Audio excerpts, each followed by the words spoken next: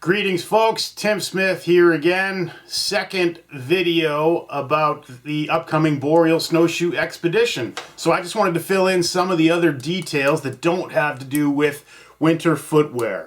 Number one, group gear. On the trip we provide sleds, and that's toboggans and or runnered sleds, tents, wood stoves, group cooking gear, and 3 simple meals per day.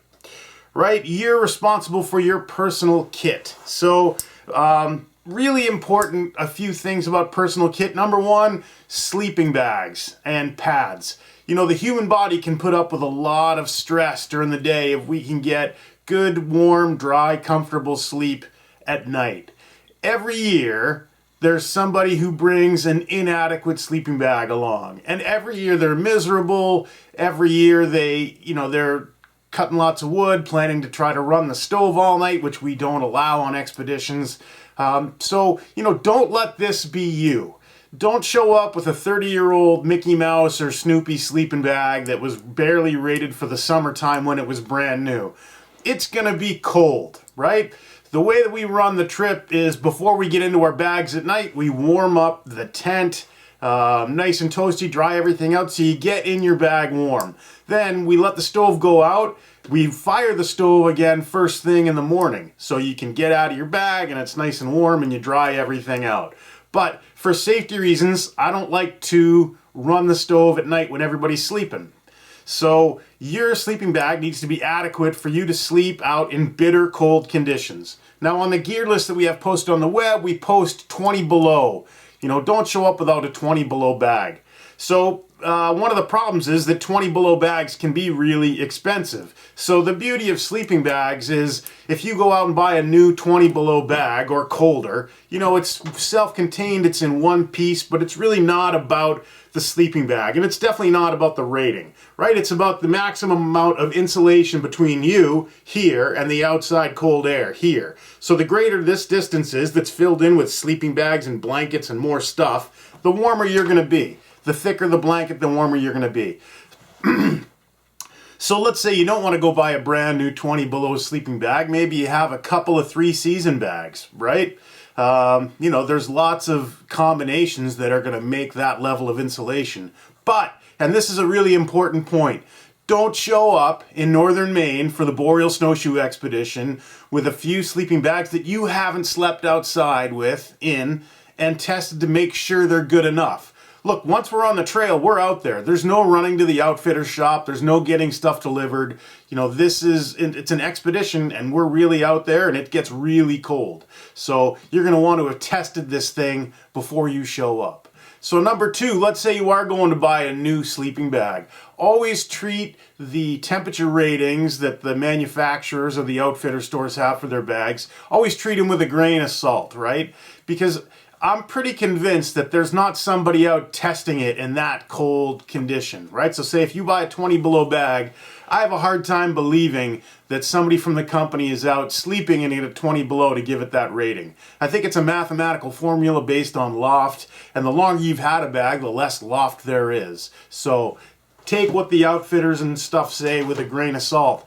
Don't show up no matter what your sleep system is. This better not be the first time you're using it in cold weather. So get out there now before the trip and sleep in it and make sure that it's good enough, and if not, add stuff to it.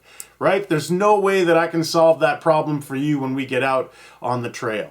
So sleeping bags. A really important point with sleeping bags is have enough pad below you, right? Sleeping pads are super, super important for staying warm in cold weather.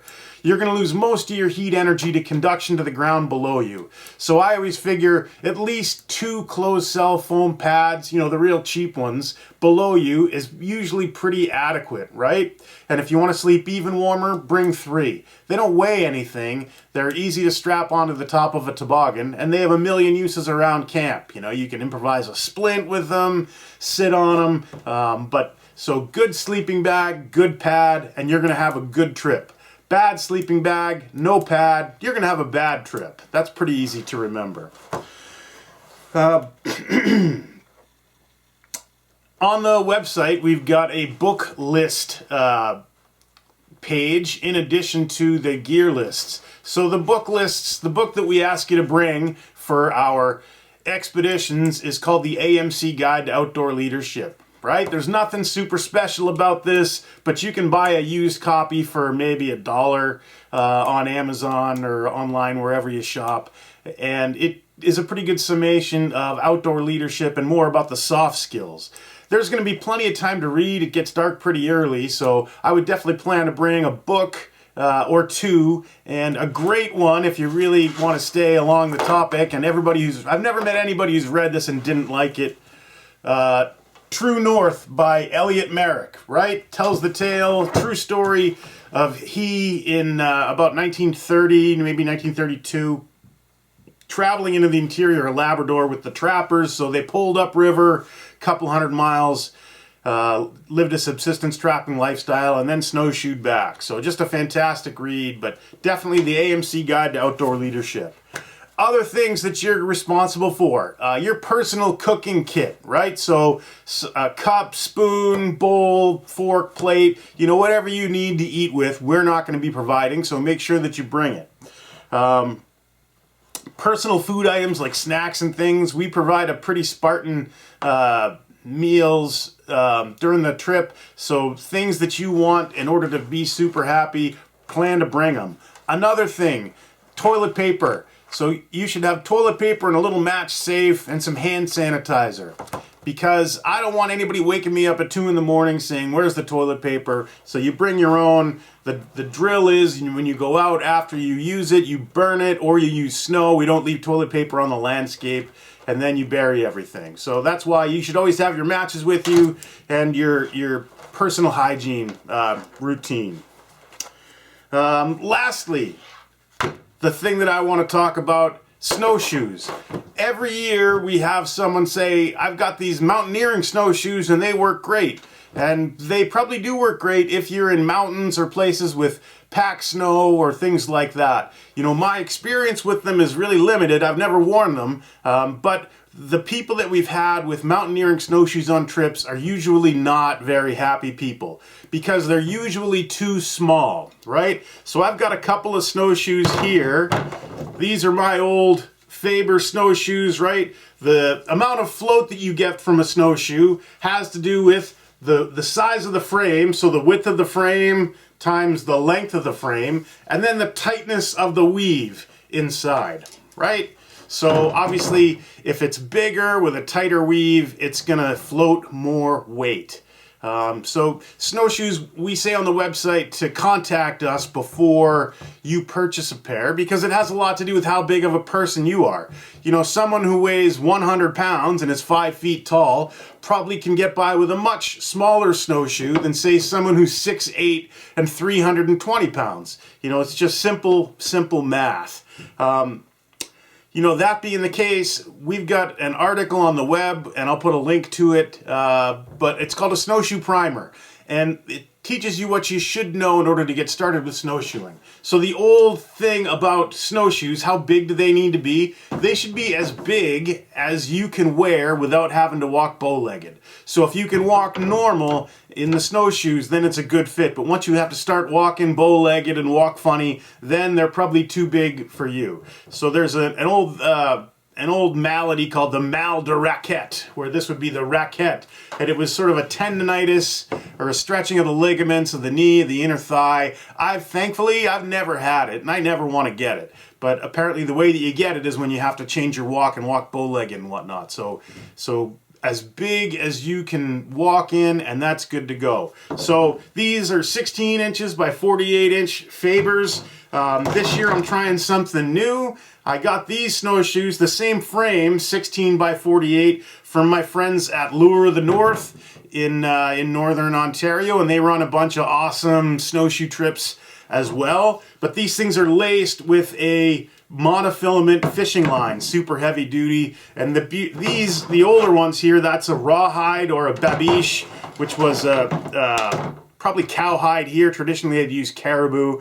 But the downside to the babiche is that you have to maintain it. You got to varnish that thing every year. So I'm trying it out this year, experiment with these monofilament laced snowshoes. So the same frame size, but you know, this stuff, you don't need to varnish it. It looks like it'll pretty much take care of itself. So I'll throw a link into them as well. If you're on a budget and you're a smaller person, maybe up to about 180 pounds or so, these military surplus snowshoes, right? These things are great. They're pretty cheap. They're just about indestructible. You don't have to worry about bridging when you're wearing them, which is something you'll learn on the trail with us. But, you know, they're not as big. They won't float as much weight. So, everybody's always asking me, can I bring my mountaineering snowshoes? And sure, you can bring whatever you want. So, but you're going to be the one who pays the price if you're sinking up to your hip when the rest of us are walking on top. The other downside to the modern snowshoes is the little claw they have on the bottom, you know, designed for hiking up mountains and things. But what we're going to do is walk in single file and pack a nice float for the sleds. And that thing tends to tear up the float. So if you're going to be bringing those, you're going to be in the back of the line or in the very front, but not in the middle. So as far as bindings, right? Here's my snowshoe binding. I've walked a couple of 1,000 miles with these. It's just a piece of string. Foot comes in, twists around, so nothing fancy here. Easy to take on and take off without using your hands, and we'll be building those on day one. One other problem with the modern mountaineering snowshoes is it's hard. You know, I've had very limited luck getting these things to work, these types of bindings to work on those. So, you know, if you're going to bring modern snowshoes, beware that that's another thing that you're going to have to deal with.